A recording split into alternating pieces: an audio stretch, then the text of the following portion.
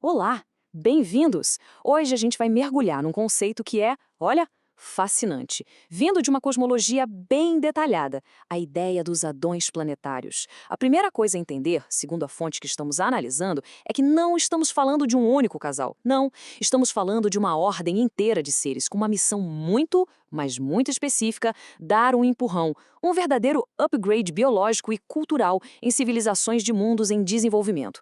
Parece complexo, né? Mas vamos desvendar isso passo a passo. E toda essa história começa com uma pergunta fundamental. O que acontece quando um mundo por si só chega ao seu limite evolutivo? De acordo com esse texto, é exatamente aí que um novo capítulo se inicia. Esse momento é o gatilho, o sinal cósmico para que esses seres extraordinários entrem em cena e comecem a sua missão. O texto os chama literalmente de elevadores biológicos cósmicos. Eles são considerados a segunda grande dádiva a um mundo em evolução, chegando depois de uma outra figura importante, o príncipe planetário. A chegada deles acontece justamente quando a humanidade primitiva alcança um ponto em que, sozinha, simplesmente não consegue mais progredir, não consegue dar o próximo salto evolutivo. E aqui tem um ponto que muda tudo. Quando ouvimos Adão e Eva, a mente vai direto para uma história específica, certo? Mas, segundo essa fonte, Adão e Eva não é um nome próprio, é um título. Pensa como presidente ou rei. É a designação para essa ordem de seres em cada planeta que os recebe.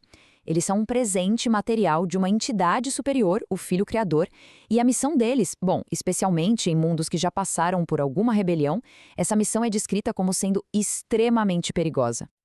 Ok, mas quem são esses seres? Qual a natureza deles? É aqui que a coisa fica ainda mais interessante. Eles não são seres puramente espirituais, como anjos, mas também não são mortais comuns, como as raças de um planeta. Eles existem num estado intermediário, sabe?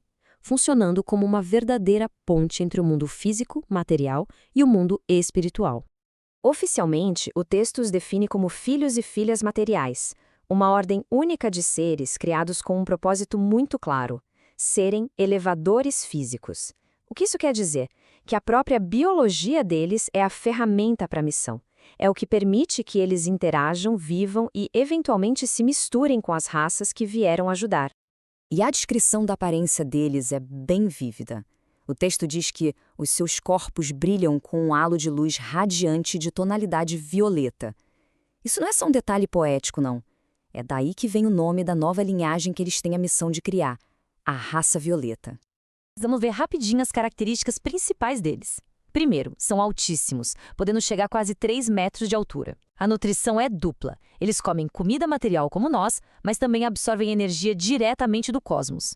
A imortalidade deles é condicional, ou seja, depende de se manterem conectados a uma fonte de vida universal. E, talvez o mais importante de tudo, eles são fisicamente visíveis. Diferente de outras ordens espirituais, eles podem ser vistos e interagir diretamente com as populações nativas. Certo, mas como é que eles chegam até aqui? Como viajam de um mundo para o outro? A jornada deles é tudo menos simples. É um processo super complexo que os leva do mundo de origem até o seu novo lar planetário. Uma verdadeira odisseia cósmica.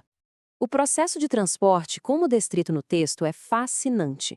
Primeiro, um casal de voluntários é escolhido entre os mais experientes. Depois, os corpos deles são basicamente desmontados, desmaterializados para o transporte. Em seguida, eles são enserafinados, o que significa que são envolvidos por anjos, os serafins, para a viagem pelo espaço. E ao chegarem no destino, seus corpos são lentamente reconstruídos, rematerializados, num processo que leva de 10 a 28 dias. E tudo isso acontece enquanto eles permanecem num sono profundo.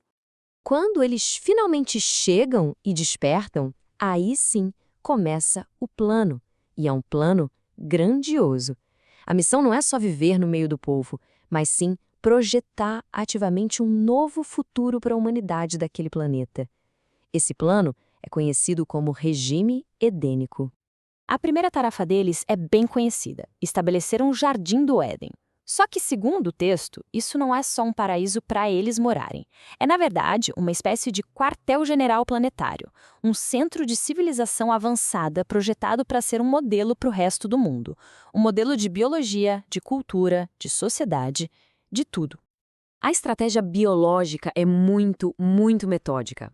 Primeiro o casal Adão e Eva se multiplica entre si para criar sua própria linhagem, a tal raça violeta. Eles ficam biologicamente isolados até que a população deles passe de 1 milhão de indivíduos. Só então, os melhores exemplares das raças nativas são escolhidos e convidados para o jardim. Lá, eles se unem com a raça violeta, e a partir daí, essa genética aprimorada começa a ser distribuída gradualmente pelo resto do mundo. É, em essência, uma engenharia genética cósmica, em escala planetária, projetada para durar milênios. E essa tabela aqui ajuda a gente a ter uma noção da escala de tudo isso. O texto propõe 7 níveis de paternidade. O Adão planetário se encaixa ali no segundo nível, como pai do reino, logo acima do pai biológico de uma família.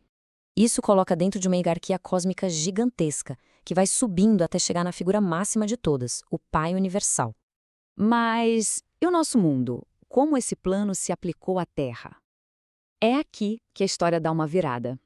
O foco agora muda para o que essa fonte, que aliás chama o nosso planeta de Urântia, diz que aconteceu por aqui e como o nosso destino acabou sendo bem diferente do plano ideal. Aqui a gente vê uma comparação clara. De um lado o plano perfeito e do outro o que o texto diz que de fato aconteceu em Urântia, a Terra. Em vez de uma elevação biológica gradual e organizada, a missão aqui enfrentou oposição e foi comprometida por um príncipe planetário rebelde chamado Caligástia. Adão e Eva teriam sido enganados, o que os levou a quebrar o acordo deles antes do tempo certo. O plano foi interrompido, mas, isso é bem curioso, a fonte diz que, mesmo assim, a missão não foi considerada um fracasso total. Para a gente ter uma dimensão do que, segundo a narrativa, foi perdido, o texto dá um número, 37 mil. Esse seria o número de anos que o Jardim do Éden, como centro de cultura mundial, poderia ter funcionado sem parar aqui na Terra. Imagina o que isso significa? Uma única civilização modelo guiando o planeta inteiro por quase 40 milênios. É um tempo difícil até de conceber. E tudo isso nos leva a essa última reflexão. Quando a gente considera essa narrativa de um plano cósmico ideal e um resultado tão diferente para o nosso mundo, a pergunta que fica ecoando é, segundo este texto, no que o nosso mundo poderia ter se tornado? É uma pergunta que nos faz pensar sobre toda uma história alternativa que essa fonte apresenta.